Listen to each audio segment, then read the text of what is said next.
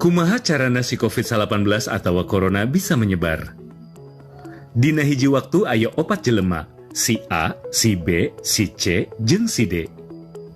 Si A ieu jelema nu mimiti beunang ku virus, manehna bisa wae gering, bisa oge henteu, tapi mawa virus dina awakna. Si A rek ulin ka tempat si C, papaliwat jeung si B di jalan. Si A jeung si B teh padahal teu saling wawuh.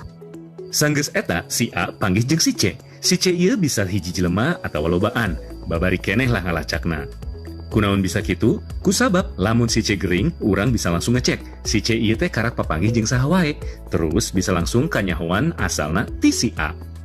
Si C bisa langsung dikarantina jeung diobservasi. Sami, si A oge sarua. Masalahna, eta si B teu bisa dilacak. Data arapaleun teh sok sabaraha urang nu paliwat jeung si A. Si B oge tak apal yen manehna teh katularan ti si A. Aya deui si D anu nuju ulin.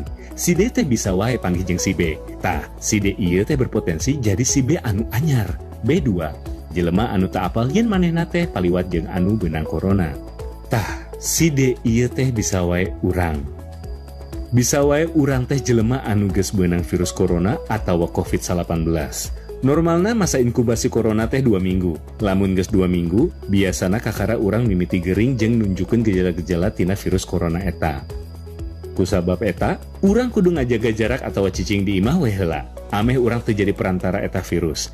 Jaga-jaga ameh urang teu mere virus ieu kanu sejen, terutama maranehna anu rentan.